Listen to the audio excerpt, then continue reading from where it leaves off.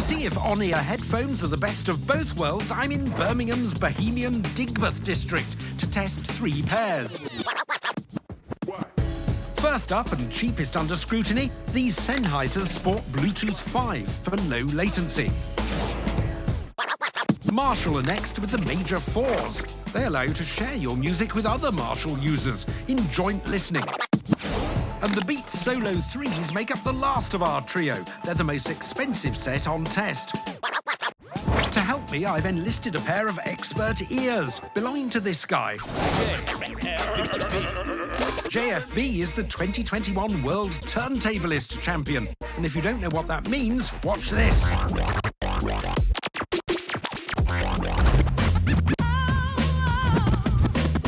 A mix of old-school record scratching with a dose of performance and a huge amount of skill, turntablists are elite scratch DJs, and JFB is the king of the elite. I guess headphones must be an integral part of your work. Yeah, I use them a lot. I'd like your opinions on these 3, starting with their looks and feel. First of all, the Sennheisers. Oh, wow, OK. Yeah, I've used a lot of Sennheisers before. The Sennheisers are today's cheapest contender. They're all plastic with limited padding. Can the pared-back design compete at this level? They're the lightest of the 3, 125 grams. Oh, sorry, I couldn't hear you, which is a good sign. They cuff the ears really well, actually. It feels comfortable, light. Oh, so the controls here? Yep. Right, OK. Only available in black. Ah, I see. I like them, though. Nice. Next up, the Marshall Major 4s. Oh, wow. Heavier at 165 grams, but vegan-friendly. They're made with a synthetic leather. And they've got an 80-hour battery life. 80 hours? Oh, wow. Yeah. That's amazing. Wow. Yeah, these are really comfortable. What about the design? Yeah, I like the design. I just like the look of them in general. They look pretty durable. I do really like the joystick controls here. Feel really nice. Finally, the heavyweight contenders, the Beats Solo 3s. Like most Apple premium products, they carry a hefty price tag. These are the heaviest of the 3, 215 grams. These are really comfortable, actually. Control is via a multifunction on-ear interface. That pad there. Yeah, that's pretty cool. Yeah, it feels good quality and feels durable. I like it.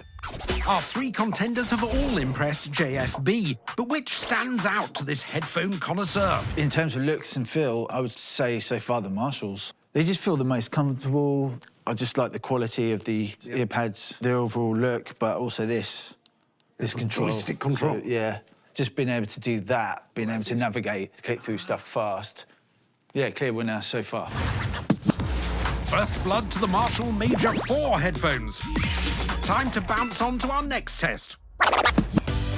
With on-ear headphones promising a combination of over-ear sound quality coupled with in-ear stability, our next test is to see how securely they stay in place when you're out and about. For this test, JFB will spin his wheels of steel as I wear each pair of headphones in turn while attempting to throw some shapes on the dance floor.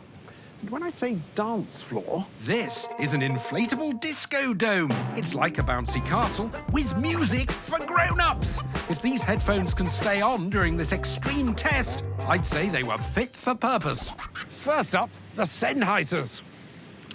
Would you be good enough to hit it, please? Ah!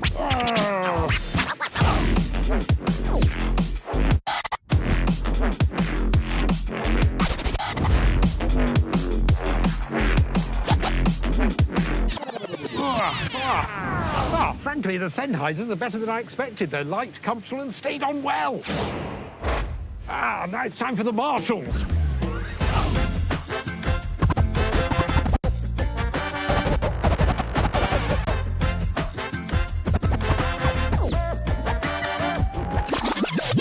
Now, the Marshall's not quite as planted as the Sennheisers. I had to keep them on a little bit. And finally, the Beats.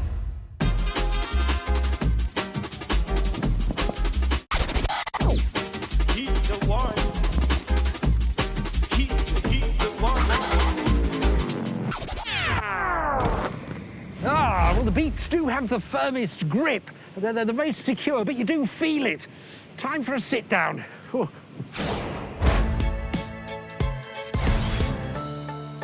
best grip, I think, is the Beats, but you do feel that grip, and you also feel the extra weights. But I think we have to give this round to the Beats.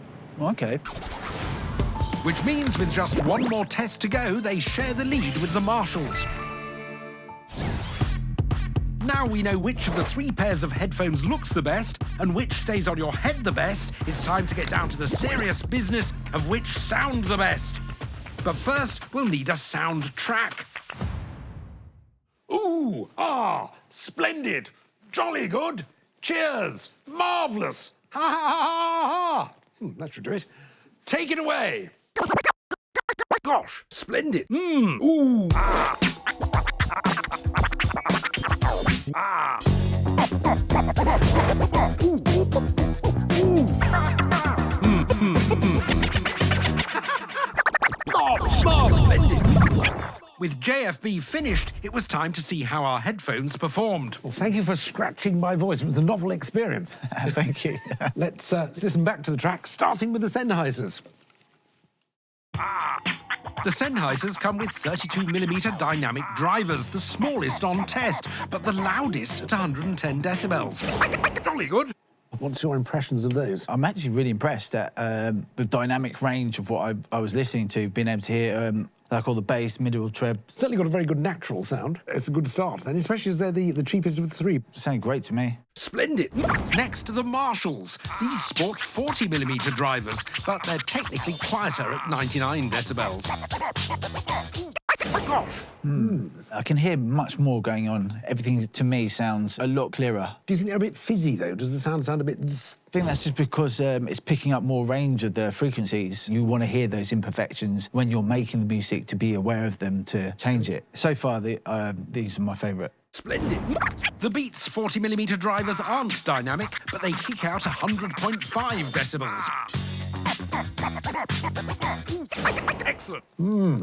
They're actually really, really good. One thing I would say is they sound a tiny bit, just slightly more muffled compared to the other 2, but I think that's because the bass low end is boosted slightly more. Jolly good. So overall, out of these 3, which do you prefer for sound quality? I would definitely say the Marshalls, just because I can hear everything a lot more clearly through those. And with that, the Marshall Major 4s take the final point and the crown of Best On-Ear Headphones.